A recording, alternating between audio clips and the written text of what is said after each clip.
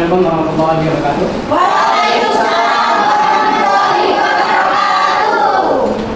Alhamdulillah al-azizil jabbar al-karim al-an asyhadu an la ilaha illallah alhamdulillah wa asyhadu anna Muhammadan abduhu wa rasuluh alladzi sabaqana amanna amma tiga ya aziz al-ghaffar bil hikmah amra. Selamat pagi. Gimana hari ini?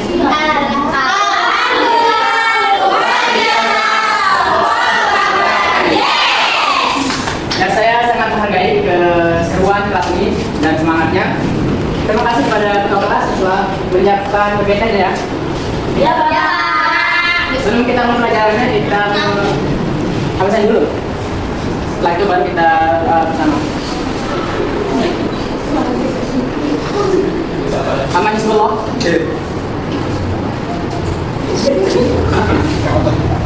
Bismillah. Iya. Andin. Adiro.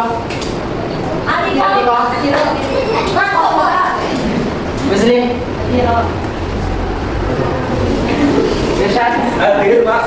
Hadir semua, Pak. Semua? Iya. Ya nanti di apa saja? Ya. Ya kasih kita bahas ya.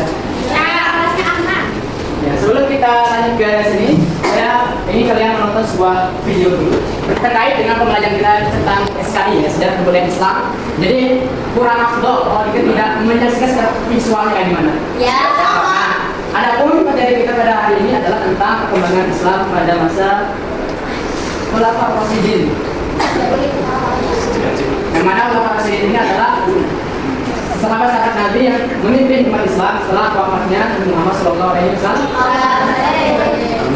Tapi sebelumnya saya mau kalian menyaksikan sebuah video pendek di YouTube. Nah nanti setelah saya berikan penjelasannya, saya akan bermain dengan kalian. Namanya itu adalah fishball. Mana saya akan melempar bola. Siapa yang kena nanti akan menceritakan kembali apa yang dilihat ya. Iya dapat. Tapi kalau salah langsung masuk barak. Ya. Saya kasih lihat video dulu. Ingat? Dan diingat ya. Diingat. Ya, lanjut ya. Assalamualaikum warahmatullahi wabarakatuh. Selamat datang di channel Fadli Hermawan. Pada kesempatan kali ini kita akan membicarakan tentang Khulafaur Rasyidin sebagai pengganti Nabi Muhammad SAW tahun 11 Hijriah. Terdapat 4 sahabat Rasulullah SAW. Khulafaur Rasyidin tersebut. Mari kita bahas bersama-sama. Pengertian Khulafaur Rasyidin atau Al-Khalifah Ar-Rasyidun adalah 4 orang khalifah yang dipercaya oleh umat Islam sebagai penerus kepemimpinan Nabi Muhammad SAW setelah beliau wafat. Khulafaur Rasyidin ini dapat diartikan secara harfiah sebagai para pemimpin yang mendapatkan petunjuk. 4 sahabat Rasul yang termasuk dalam Khulafaur Rasyidin adalah Abu Bakar As-Siddiq, Umar bin Khattab, Utsman bin Affan, dan Ali bin Abi Thalib.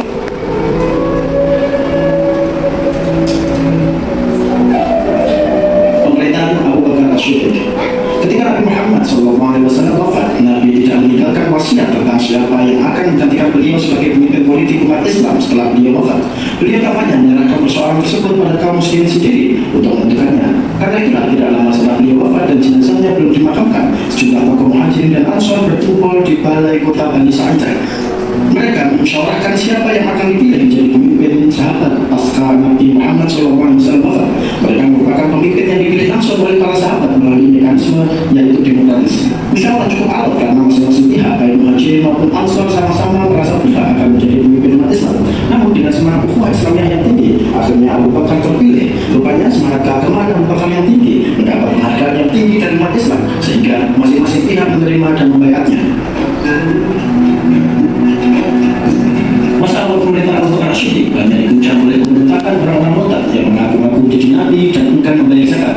Karena hal inilah Khalifah lebih memusatkan perhatiannya memerangi para pemberontak, maka dikirimlah pasukan untuk memerangi para pemberontak. Menjadikan Ali satu-satunya Khalifah yang dibaiat secara massal. Karena Khalifah sebelumnya dipilih melalui cara yang berbeda-beda, Ali memerintah hanya 6 tahun. Selama masa pemerintahannya, ia menghadapi berbagai kekurangan. Tidak ada masa sedikit pun dalam pemerintahannya yang dikatakan stabil.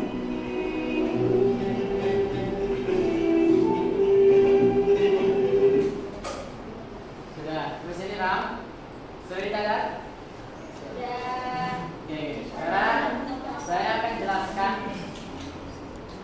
akan jelaskan satu, nanti kita bagi-bagi. Ya.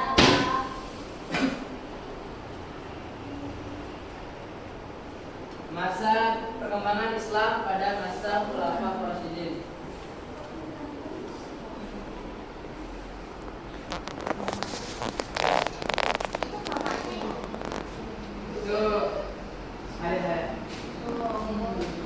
Setelah wafatnya Nabi Muhammad Sallallahu Alaihi Wasallam pada tahun 630 Hijriah, 630 Hijriah, Nggak kelihatan, Kak. Nggak kelihatan. setelah wafatnya Nabi Muhammad Sallallahu Alaihi Wasallam itu merupakan suatu gejolak terbesar pada umat Islam, khususnya kaum Muhajirin dan Ansor. Pada waktu itu, ketika wafat Nabi Muhammad SAW, sampai Umar itu tidak percaya.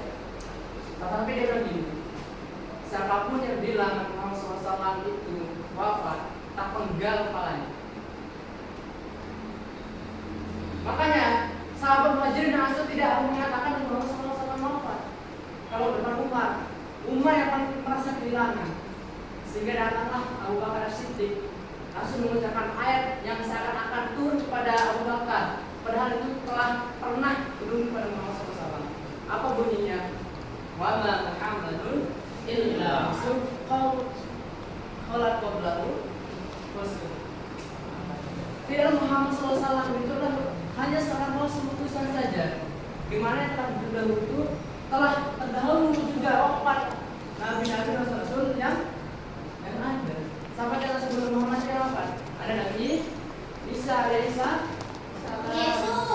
Isa alaihissalam, bukan Yesus. Al Yesus itu kalau kepercayaan kita umat Islam itu namanya Yudas Israel. Yudas Israel ini bukan Yesus, dia adalah ya Yesus yang berkhianat kepada tentara Romawi. Mukanya diserupakan. Tapi Nabi Muhammad SAW ketika wafat itu umat Islam merasa sangat kehilangan. Kenapa? Karena semua permasalahan itu kembalinya kepada Nabi Muhammad. Ada masalah keluarga kepada Nabi Muhammad, masalah ekonomi kepada Nabi Muhammad, masalah perang kepada Nabi Muhammad. Seolah Muhammad itu tumbuh kepada peradaban Islam masa itu. Nah, ketika setelah wafatnya itu berkumpullah dua kelompok besar umat Islam yang kita kenal dengan kelompok Muhajirin dan Ansor. Muhajirin dalam bentuk asli utama Mekah, yang mengikut hijrah ke Madinah. Kelompok Ansor adalah bentuk asli Ansor. Kelompok Ansor bentuk asli Madinah. Nah, ketika itu terjadilah perbisikan di antara umat Islam. Siapa yang mendirikan Nabi Muhammad SAW? Ansor merasa kami lebih berhak di tanah kami, di rumah kami. Kalian siapa? Lalu datang kata Ansor. Tapi kata Muhajirin ini, kami kesini membawa ajaran yang lurus, sebuah kebenaran yang mutlak. Kalian itu sebelum ini adalah sebuah kaum yang bodoh. Kalian tidak tahu apa-apa. Karena kami di sini, kalian tahu apa itu Al-Quran, apa itu Islam. Dan karena itu kalian mendapat pencerahan dari kami. Maka kamilah yang berhak meneruskan Islam, meneruskan kebenaran Nabi Muhammad SAW. Setelah lama berkecimpung, bermusyawarah di balai kota Bani Syaidah. Kita boleh disebutnya balai kota aja ya, supaya balai kota Bani Syaidah. Setelah berkecimpung di situ, mereka mengambil kesimpulan bahwasanya yang pertama untuk berhak, yang pertama dan utama berhak memimpin umat Islam itu adalah orang yang pertama kali masuk Islam. Nah, yang pertama masuk Islam itu ada tiga. Pertama golongan dewasa, yang pria siapa? Abu Bakar As-Siddiq. Terus siapa? Yang orang perempuan, istrinya Khadijah. Yang paling kecil siapa? Ali bin Abi Thalib. Ini ada dua pendapat. Ada yang mengatakan Ali, ada yang mengatakan anak cucu anaknya Nabi Muhammad SAW. Tapi itu biasa saja dalam nama itu biasa saja persilangan itu. Nah, ketika itu terpilihlah Abu Bakar sebagai bukan khalifah dulu. Khalifah dulu sebenarnya. Amirmu ini. Bukan. Khalifah Rasul. Setelah wafatnya Rasulullah SAW. Nah, khalifah Rasul ini jumlahnya ada 4. Pertama ada Abu Bakar. Yang kedua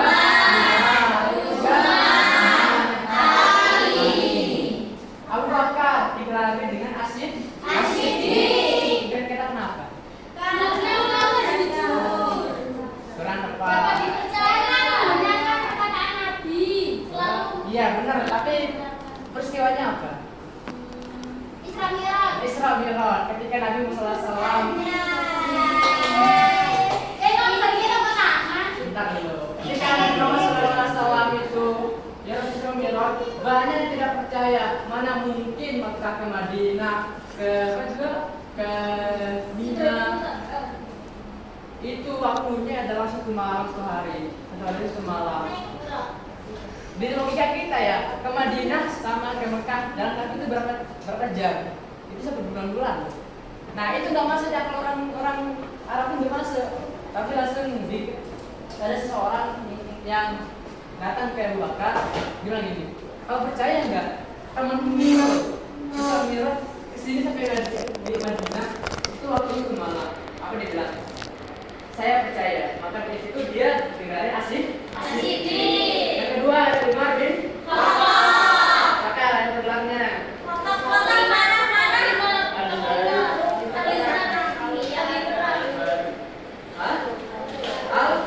Al-Faruq. Kenapa dipilih dari Al-Faruq?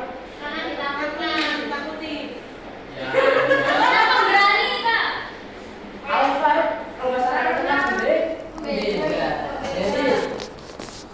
Jadi sama-sama pernah bercerita. Ketika Umar itu datang ke lubang bahaya di situ ada setan-setannya. Dia akan minggir pergi menghindari Umar. Maka itu dengan pembeda digali apa? Pembeda antara yang hak dan yang batil. Terus yang ketiga Utsman bin Affan. Apa gelarnya? Tidak ada yang tahu, bahasanya tahu. Junurroin, pemilik 2 cahaya. Kenapa dikatakan pemilik 2 cahaya? Karena menikahi itu putri Nabi 2. Ya, benar. Karena menikahi 2 putri Nabi. Siapa aja? Siapa ya? 2 putri Nabi ini Utsman.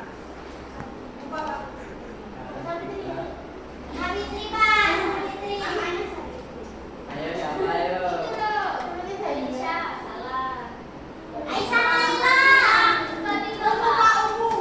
Ya kalian tanya guys lagi. Yang ini kita Ali bin Abi Thalib. Ali bin Abi Thalib ini adalah keponakan Nabi Muhammad SAW. Keponakan siapa namanya? Bapaknya punya saudara. Dia punya saudaranya bapaknya gitu. Dan anak-anaknya sepupu. Nah sepupu dari pamannya Rasulullah SAW. Ali bin Abi Thalib apa namanya? Retas.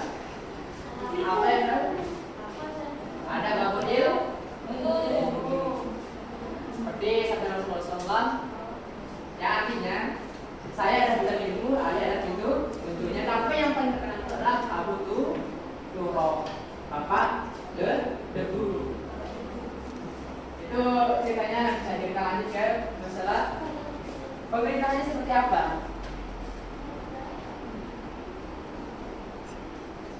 Pertama di sini ada 1 dan 2 ada Khalifah Abu Bakar Siddiq sama Khalifah Umar. Pemilihannya, kalau Abu Bakar Siddiq ini dipilih secara musyawarah antara Muhajirin dan Ansor seperti yang saya ceritakan tadi.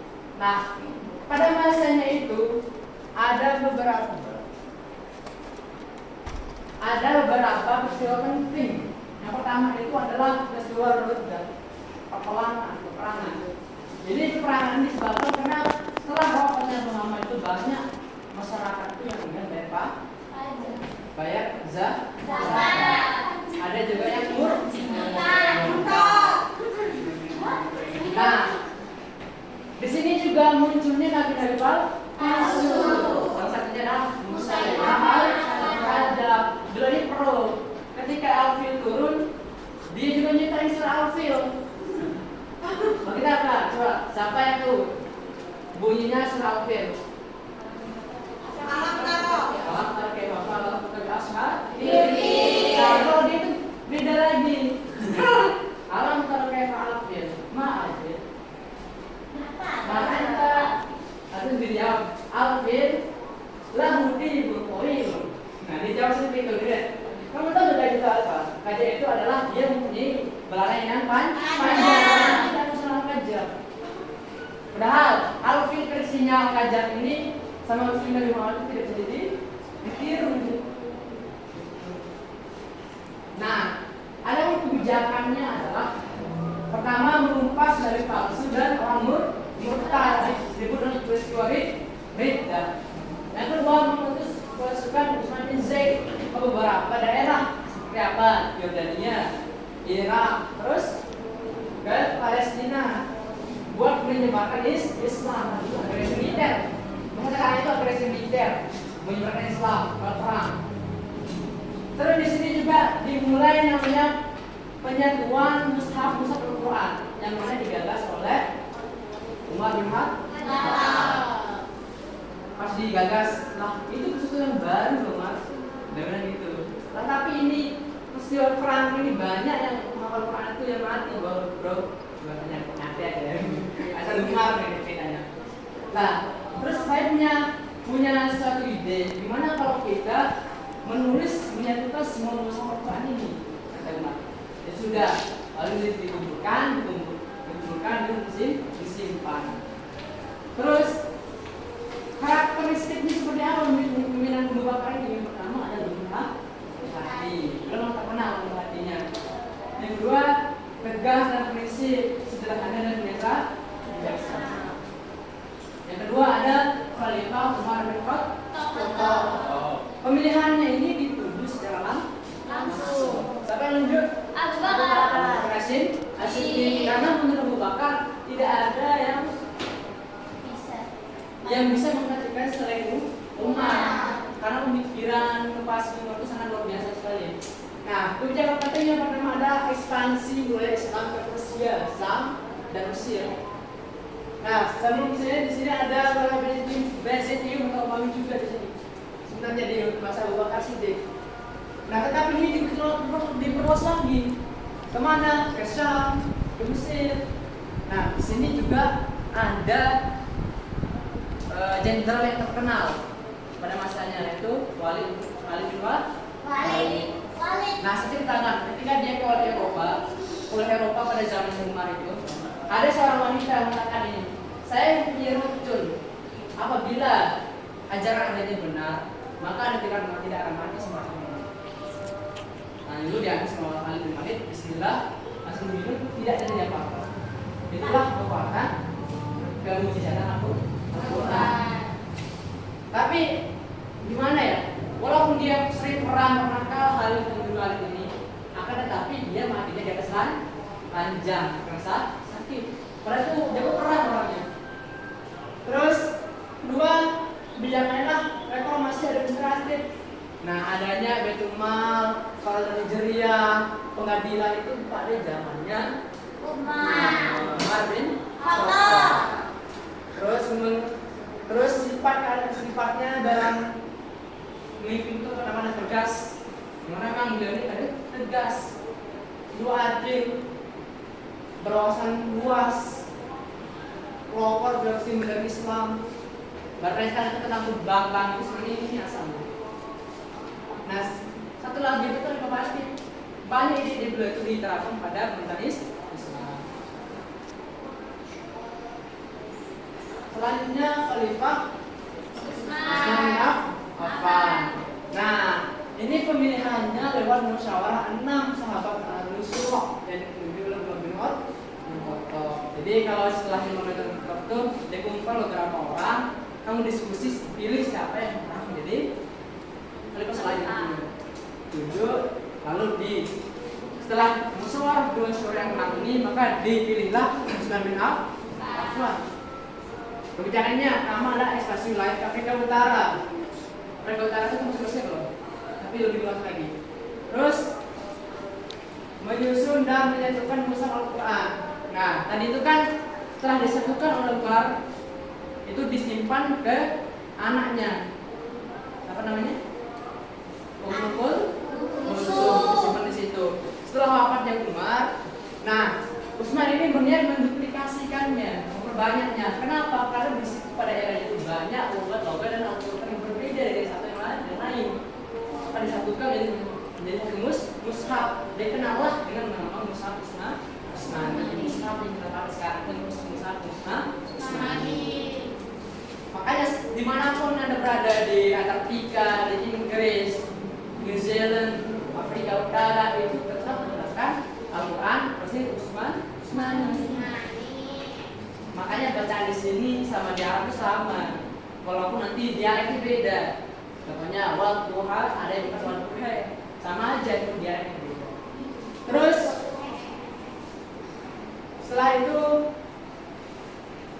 pada masa Utsman ini terjadi yang namanya masalah tentang fitnatul kubro yang besar. Setelahnya ya. Pertama adalah tuduhan nepotisme terhadap keluarganya, KKN. Jadi di masanya ini beliau tuh difitnah nepotisme, jadi gubernur, wow ya, keluarganya semua. Tapi agak lain, tidak boleh berkomentar. Sehingga beliau itu wafat dibunuh ketika membaca Al-Quran. Selanjutnya ada mazhab Ali bin Abi Thalib. Jadi Pak Ali bin Thalib ini pilih umat Islam secara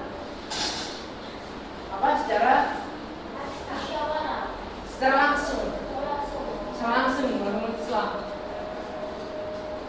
Kebijakan yang pertama memecat pejabat-pejabat lama yang dianggap tidak adil, terus mengembalikan negara yang disalahgunakan.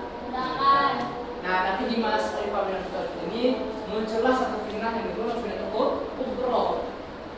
Makanya terpecahlah anggota umat Islam menjadi beberapa bagian. Ada Syiah, ada Khawarij, terus ada Murji'ah. Itu yang tapi yang di masa Khalifah itu cuma dua, Syiah sama Khawarij.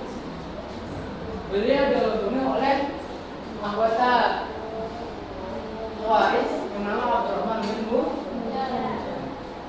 Nah, dari beberapa cara pemilihan pemerintahan ini kita dapat berspekulasi. Pertama ada demokrasi yang mana pada Khalifah Ali bin Abi Thalib, ada presidensial yaitu pada Khalifah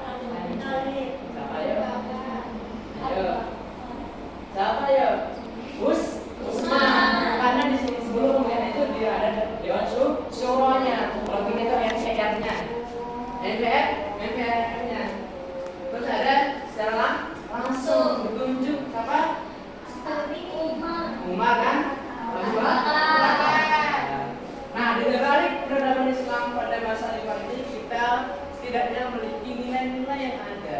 Pertama, adanya dakwah dengan secara damai dan secara yang keras.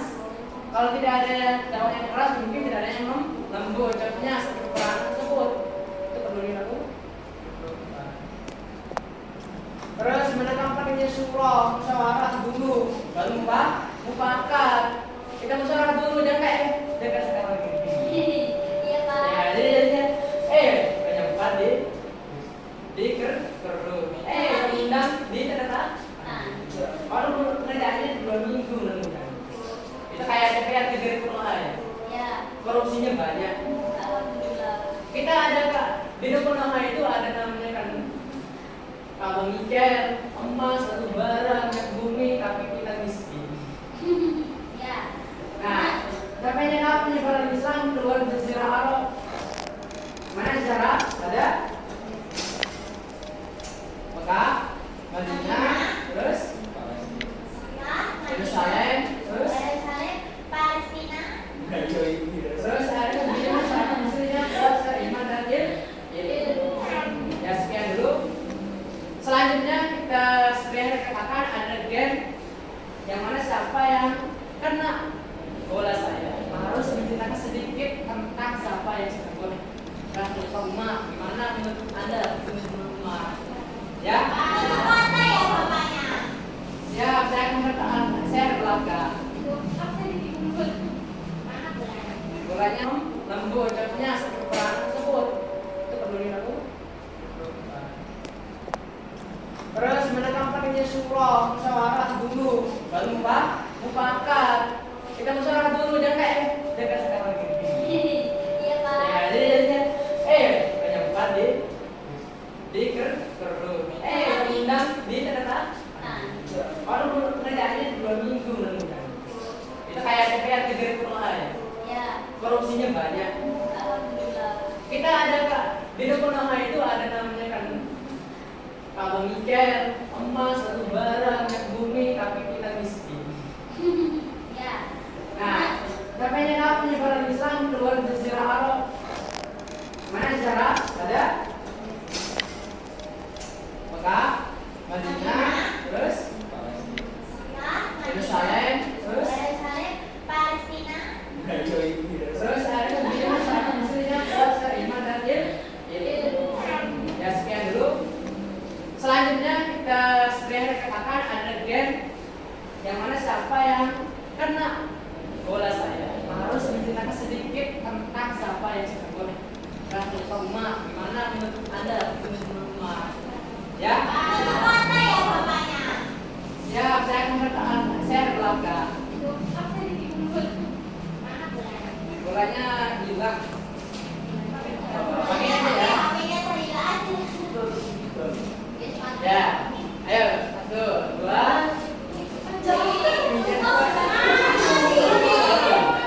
Satu, dua.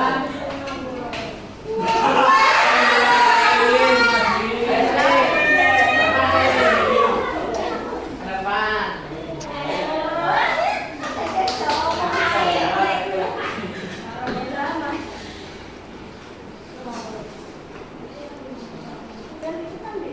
Coba menurut Sahila ya, gimana bentuk pemerintahan Utsman bin Affan? Pada pemerintahan Utsman bin Affan. Enggak. Iya, Mas Eka. Utsman bin Affan tuh. Itu Pak. Membukukan Al-Quran. Al-Quran. Pemerintahannya seperti apa? 2 periode. 2 tahun. 2 tahun. Terus, 12 kalau salah barat ya. Sebentar saja. Pemerintahan pada masa Utsman bin Affan selama 12 tahun. Capaiannya adalah menulis dan membukukan Al-Quran. Mengaplikasikan Muslim Al-Quran. Misalkan Duduk Pak. tinggal Sudah. satu lagi. Masih pagi. Satu lagi Pak. Sudah. Ya. Berhubung waktunya udah habis, kita cukupkan sampai sini saja. Besok tanggal 8 jangan lupa ujian ya. Siapkan diri, siapkan materi, siapkan mental, siapkan kesehatan. Saya tutup dan ucapkan terima kasih banyak karena telah menghadiri kelas ini. Ada kalam dalam hidup kastakin untuk mengkolah